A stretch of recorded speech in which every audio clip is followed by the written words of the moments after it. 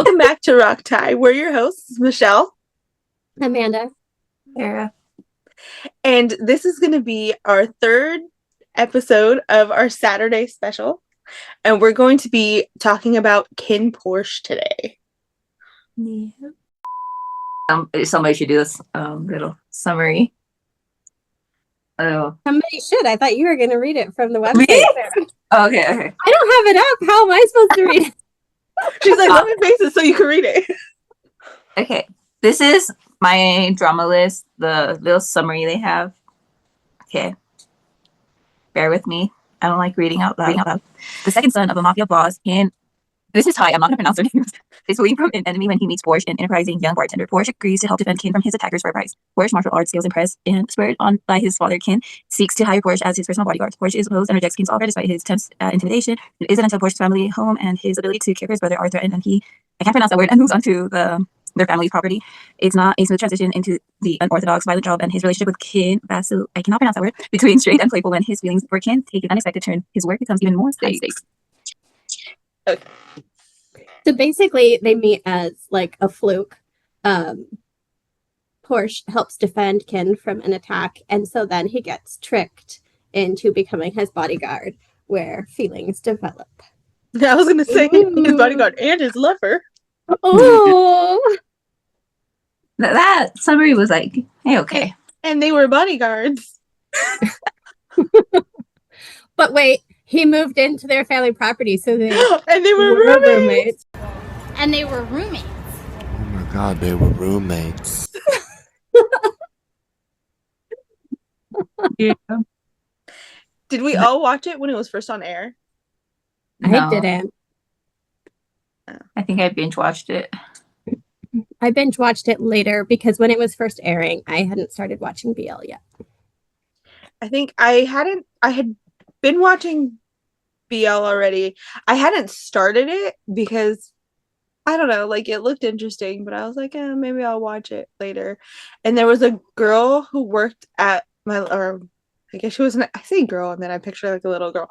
There was a lady who worked at my library who knew I was watching BLs, and so she had started watching him, and she started it with KinnPorsche, and she was like, you have to watch it. But it was like 4 episodes in.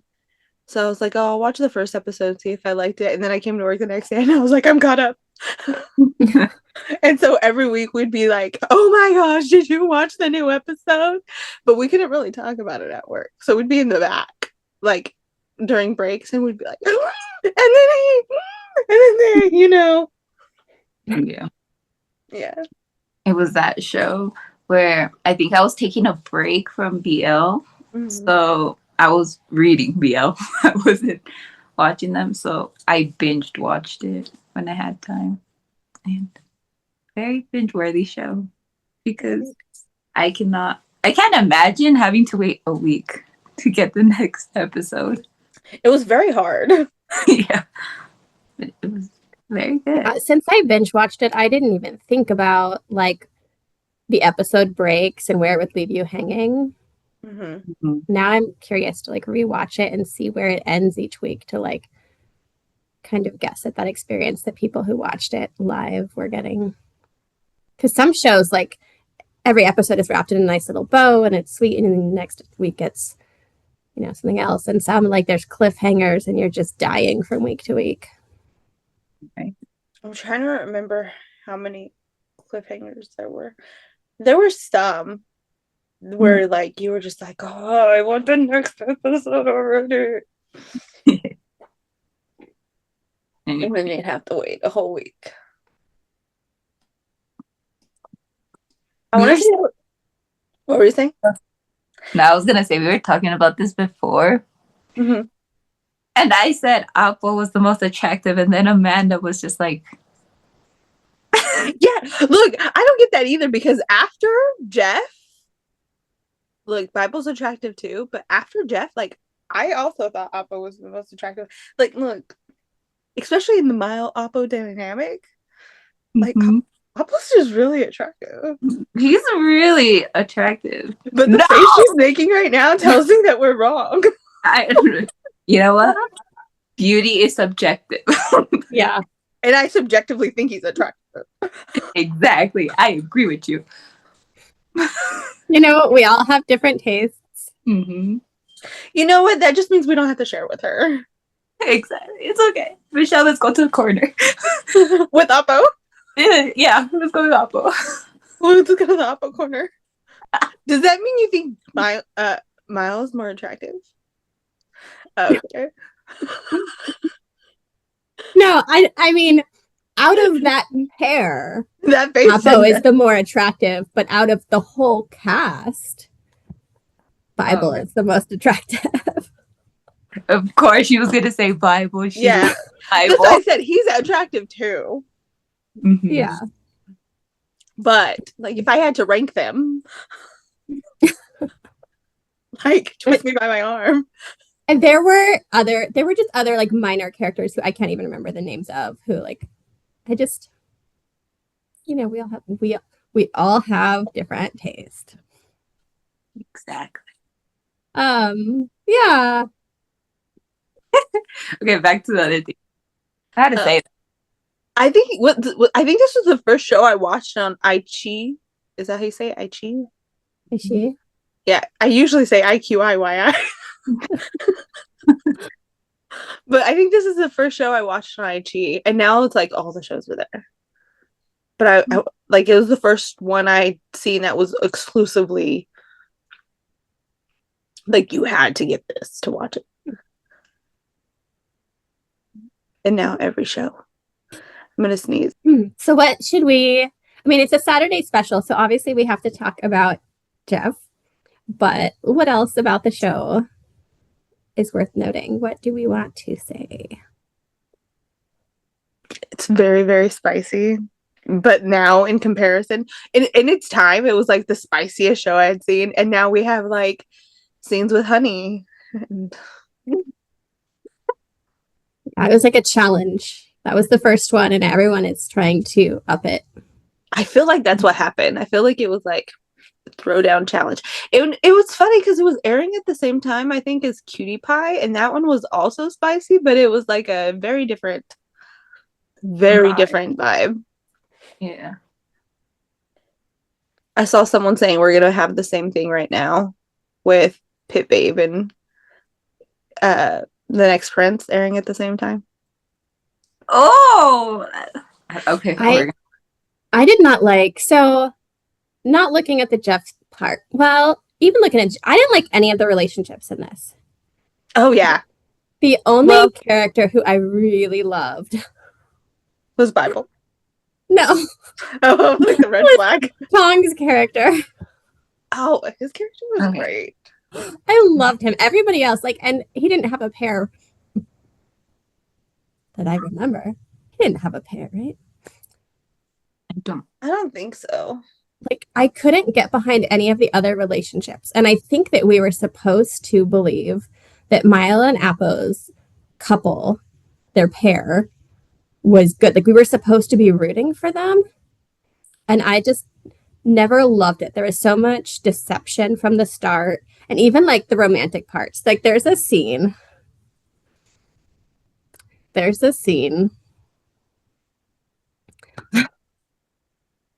where they are in the bedroom. So I have boundaries, like very specific boundaries. There is a scene where Apo's character basically like farts under the covers and traps Mel's character with it. I had a feeling that's what the scene you were going Then with. they proceeded to have romantic moments. Like, that is a mood killer. How do you have sex after that? There are some scenes that were very questionable because like I found them a little cringy, but I think I was supposed to find them like, ooh, like the bread scene. Yeah. Where he's like crawling up the bed with the bread in his mouth, and I'm like, this is an obvious ad. And I don't think I'm at the target for this because this is not working for me. I was just like, what is this? At those scenes, I'm just like, they're men. Yeah. Yeah, but here's the thing. Like, they are men being men, and for the most part, BL watchers are women. And a lot of us do not like men. So Yeah. please don't let these men be men. We want men who are women. Yeah. Give us men who are women, please. That is what we watch for. Also, I don't know if it's an age thing. Like, I'm old. That's what I feel like. Men in tidy whities remind me of grandparents. Instead of like, I feel like men, like, I Those feel are like grandpa younger underwear. men should be wearing like boxer briefs. That's in my head. That's what, like, not even just like boxers. Like, if you're gonna put them in tight underwear, put them in boxer briefs. There were so many. Or like Those, a bikini. yeah, Those are like ill-fitting whitey tighties. yeah. Like you Whitey said, or tighties, like a tighty whities. teddy whities, or like a bikini. Like, look, I don't think you guys are Something. watching My Golden Blood, but they keep showing up in bikinis in like,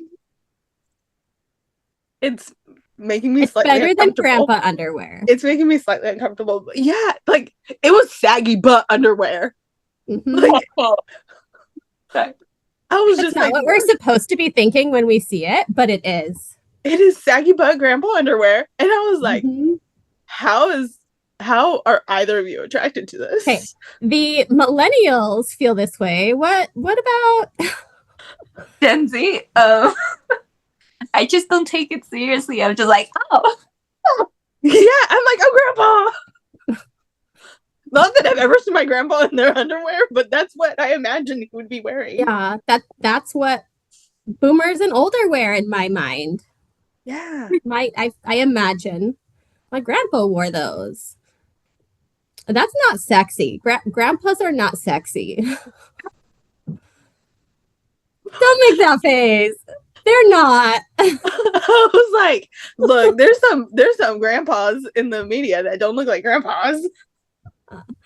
I can't think of any off the top of my head, but I'm sure they're out there. They're just called silver foxes. But they wouldn't be wearing underwear like that. Those. Yeah, I was like, they wouldn't be wearing underwear like that. And in my mind, they're also very rich, so. Yeah, I mean, like, I half expect to. I shouldn't say this. If I say this, cut it out, please. Okay. She's like, for real this time. I like seeing that scene in the like saggy butt underwear, like grandpa underwear. I half expect to see, what's it called, racing stripes or whatever. Yes. Like you can see the like shit through the fabric. That's what I was expecting too. I actually think this should be left in.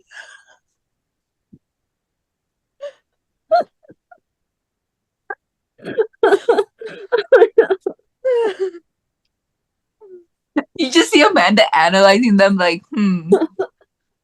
Oh, you couldn't make it to the rest. You know what I think about when I watch, because of that one clip I sent where I'm like, bold spot, bold spot. That's all I could see or think about in that scene. You're like, once I get distracted, that's it. Squirrel. It's supposed to be sexy time, but someone needs to change his hair, or all I'm thinking about is I see his scalp right now. You should become a director because she's focusing. You're like, I don't think this is the type of head I'm supposed to be paying attention to. What else was I going to say about the show? If we're talking about relationships we didn't like, I feel like Vegas and what's his? Oh, Bill's character. Pete.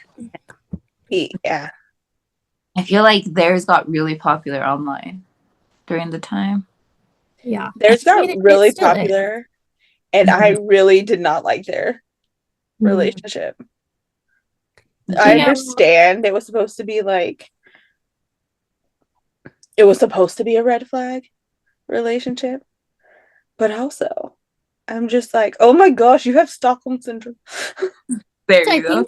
I think that a lot of women were drawn to that because like they're stuck in these unhealthy relationships where they're like, I can fix him, and like he's the only one who can see like my pain or whatever. And there's like this weird dynamic where like Pete was the only one who like understood why Vegas was doing some of the things that he did. And like people, I don't know if it's everywhere, but in America, it feels like a lot of women want to like romanticize the idea of being the true love that changes someone. And in order for like Pete's love to change Vegas, Vegas has to be super broken. And so I think that like a lot of Americans liked that dynamic because we just have this dream of like, I don't know, finding the broken man and fixing him or whatever. Did Vegas really change though? Or did Pete just like express his inner freak? He was just like, yeah. I mean, I think that the final episode, is it the final one where they're like in the hospital and stuff, and Vegas was at the end like, I don't think he changed. Like, and I'm not saying that I agree with this perspective, but I think that's part of why it's popular. But especially at the end, like someone who might follow that train of thought would see him like softening to Pete, not wanting to kill Pete, like at the end. And then in the hospital, like there's this hope of how things are going to be different now that he's no longer like tied to his father. And see, I feel like Pete was just like, you know what? turns out I do like I'm this. with you. Yeah, you know what? I'm into this. I didn't think I was, but no. I think changed my it's mind. just I think that any of the like analysis of that relationship that's trying to like find tiny little glimmers of healing or whatever is doing that because they want to believe it, because they need to, because America's broken. Yeah. And we like to like find ourselves in the media and like you're like, see, it's gonna be okay that my man is a douchebag. He's just Vegas. Yeah. And another word for it is, abuse, but whatever. Yeah. Yeah. Let's see. Okay. Talking about KinnPorsche, their relationship a little bit. I didn't appreciate the fake out that they were related. I think that's because they're not, right? It was just like they're not like Porsche's mom was adopted or like a foster child, so they weren't actually siblings. Like he let them believe that they were like related for a bit. I hate when stuff does that. And that's a weirdly common trope, and I'm not sure why. Not just in like in literature or in like books. I remember there was a book series. I don't know if you guys ever read it, but Shadow of Bone or Bone. I don't know. City Bones. Something. All right, so there's this book series, and it was like a really long series, and my friend was like, "Oh, you should read it." And I started reading the first one, and they're like, "Oh, they're brother and sister." Like after you like start shipping them, it's like, "Oh, they're brother and sister." And I had to look it up because thankfully the other books were out. I Googled it, and you don't find out like at least for another book or two that they're not really related. And I was just spoilers that they're not really related. And I was like, if they were related, I was not going to read this series because that is some BS. Like, how are you going to make me like a couple and then be like, just kidding. Don't make me feel dirty. Yeah. It's really popular in like... I hate it. All types of entertainment, stuff like that. Yeah, I hate it. It's like they want you to feel like slightly icky. Mm-hmm. Or like normalize certain things that shouldn't be normalized. Like a very subtle way of like getting you acquainted with the idea. Yeah, like let's not do that. Let's not have this be a thing. Okay. Yeah. Yeah, I kind of wonder, like with this one in particular, I feel like behind the scenes, someone was like, find all of the like weird kinks and tropes that make people uncomfortable and like list them all. And we're just going to start throwing darts and like what it lands on, we're going to put in there. Because there is a lot of like stuff that like sometimes it felt like a one-off, like just a weird somebody was like, I kind of have a fantasy about like Mile High Club. How can we fit this in? Yeah. I mean, there's stories about those writers. So Mhm. I wouldn't be Yeah. surprised. I feel like we've been very negative. About the show, which is funny because I really enjoyed the show. But What's like something you you can guys liked? Hmm? What's something you guys liked about the show? I can tell you my favorite episode, which is like Okay. gonna go against. It's not even gonna go against what we were saying. It's just like it's not a good. It's not necessarily like we already said the relationships are all sucky. So this is like I love the episode where they're trapped in the woods. That's my favorite episode. Where they're like handcuffed together and then it turns out he could have got them handcuffed at any point. And he's just like I just wanted to be next to you. And then how he like sacrifices himself. He's like, oh, leave. And then he's like, no, I'm going to come back to you, baby. Yeah, that's just we talk about the Stockholm syndrome with Vegas and Pete, but there is definitely some with them too. Like there is so much manipulation and just weird stuff that like I can't take the feelings seriously. Like everyone's like, but that's true love. Is it? Is it though? Like, or is it thinking that you're in love because of all the trauma that you've been through? Trauma bonding. Yeah, I was like trauma bonding. Yeah, because my favorite kiss also is when they kiss like they're in the waterfall area. Mhm. And he kisses him and he's just like I was like, oh, this is like the first time. This sounds so bad. I was like, this is the first time you're like not under the influence of something when you're kissing him. Also, they look like they were freezing cold in that waterfall. Like the actors. Appa's like, this is so attractive. Very romantic. Yeah. Yeah. What was your favorite episode, Sarah? Mine, probably, what was the brother's name? The Which brother? James. Tom. Yeah. All his scenes, I feel like he had to be my favorite character in the whole series. Oh my gosh. Oh, yes. Oh, He was amazing. Mm-hmm. I loved him. Especially whenever Porsche killed the first.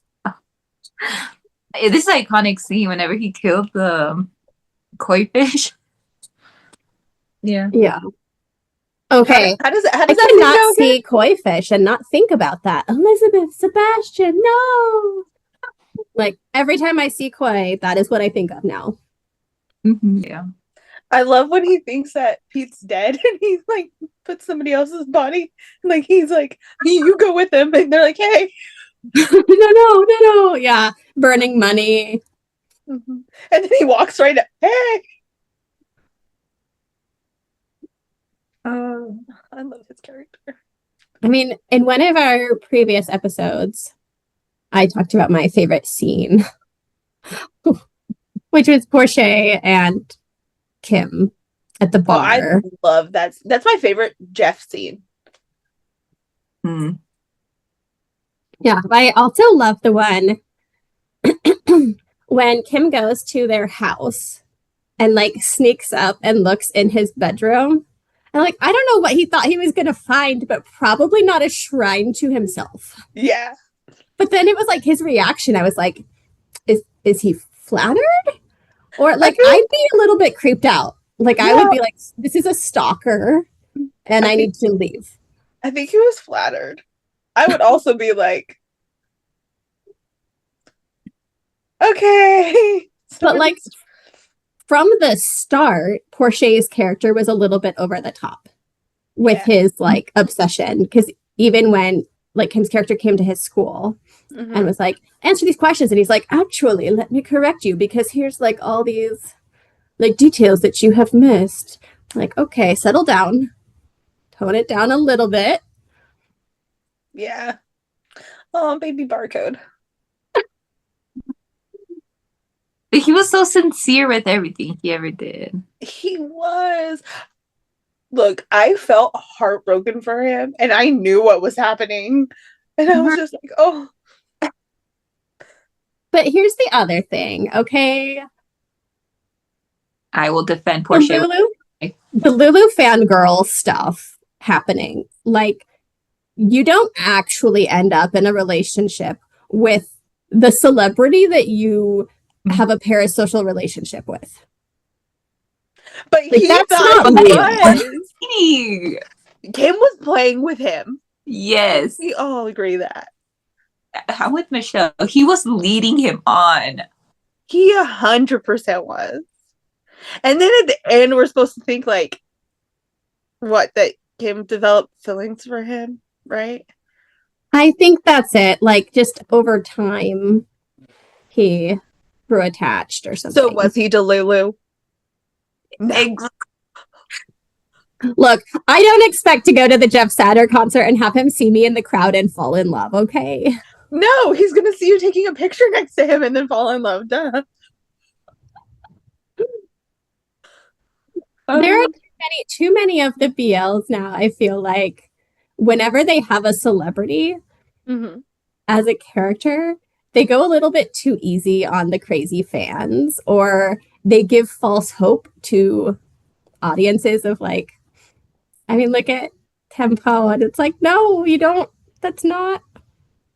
Punish. Go harder. Don't give the Lulu people any more ammo. They don't need this. I agree. I feel like they want you to think that there's a possibility. That way you still spend money. But we all know there's no possibility. I mean, I will spend money anyway. Yeah.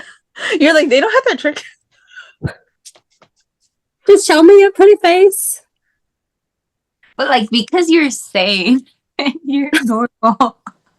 Yeah, but the scary people. Yeah. That's why, I mean, when that one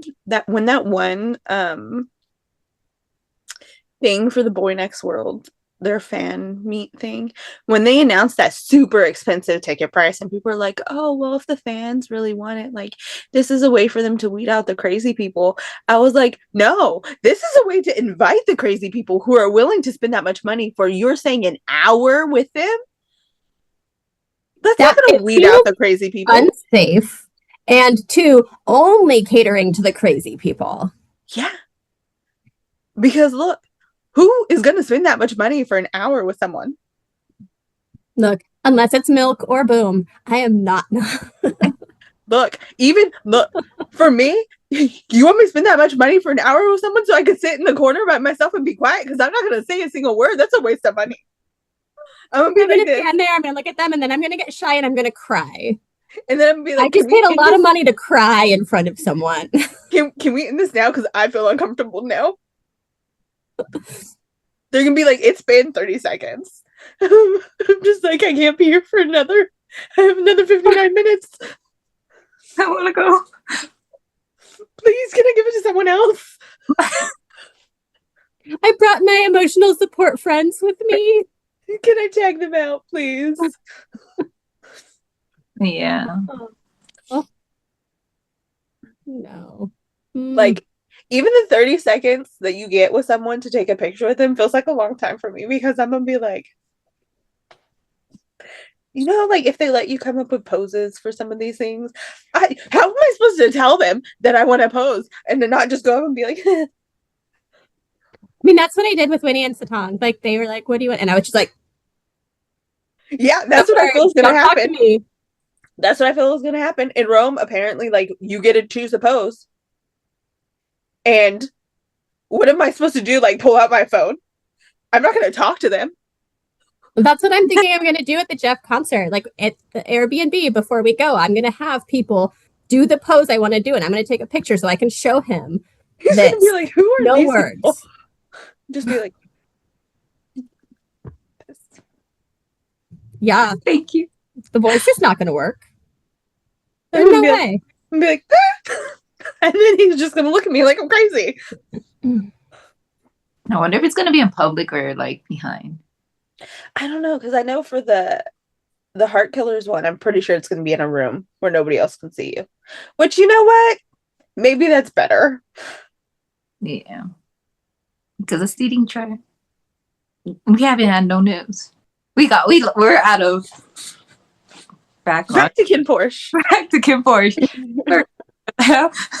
Look, we start talking about Jeff, and then we just start talking about Jeff. Yeah. A bit more of his character in this show. Basically, he had his agenda. Yeah. I was didn't feel like his confused what that character agenda was as was well. for- Sorry, what was that? Oh, I said I had been confused what his agenda was for a bit, too. Mm-hmm. Yeah.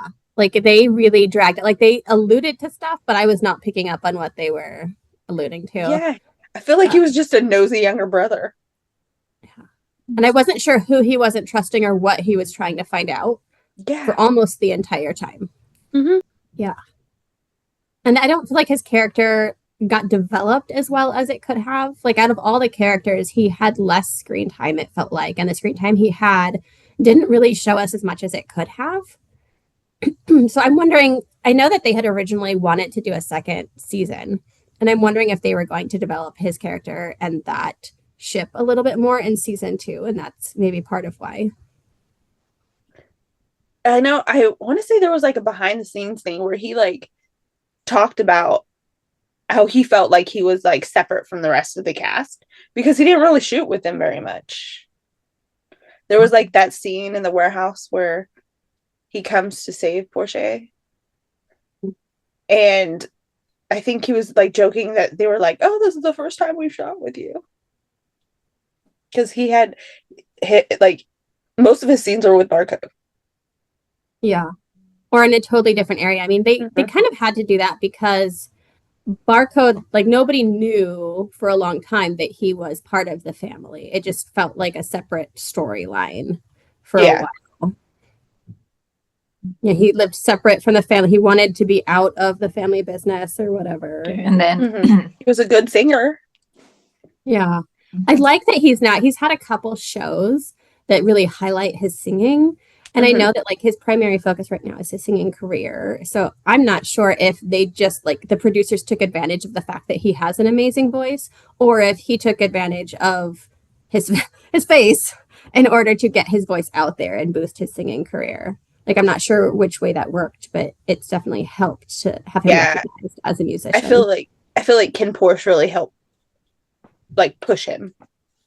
It's kind of what made him like even bigger. Well, it was such a big, well-known BL at the time that like I had heard of it. I wasn't watching BL yet, but I had heard of it. I had seen little clips and stuff on TikTok just because it was everywhere at the time. I'm like, if I had heard of it, I know it was big. It was Why Don't You Stay? I think that he sang. Yeah, the live concert that they did multiple live concerts, but that first one they did when he's playing like the piano and he's singing it, and I don't remember if he's singing it in English or Thai. I think he's singing in English, but it was so beautiful, and I was just like, ugh. And then that went like super. Not viral, but like it was everywhere, and everybody's like, oh my gosh, him singing live sounds exactly like a recording. Like he sang that so well, and I just remember him getting so much praise for it. Yeah, good.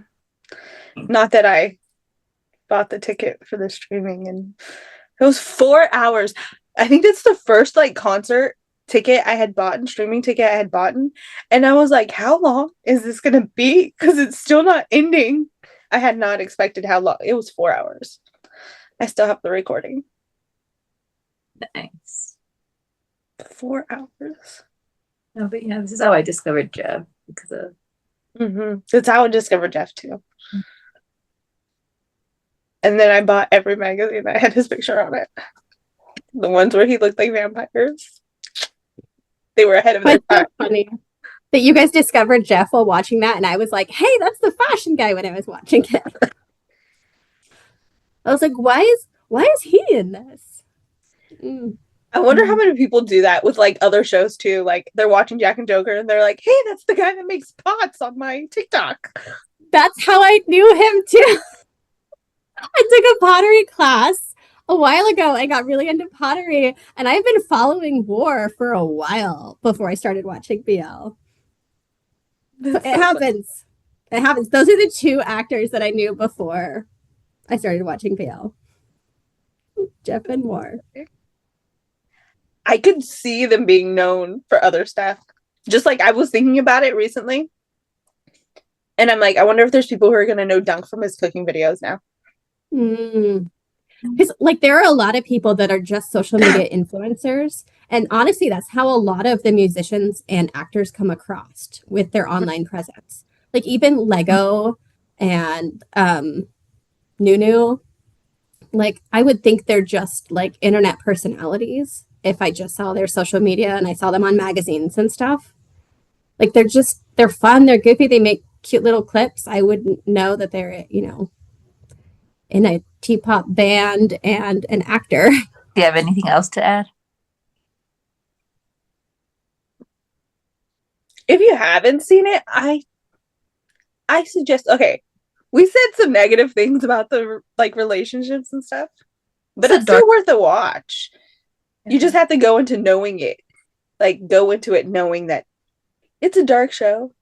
Like the relationships aren't going to be the best. But what do you expect? It's literally tells you in the summary, it's like a mafia romance. You want it to be like dark.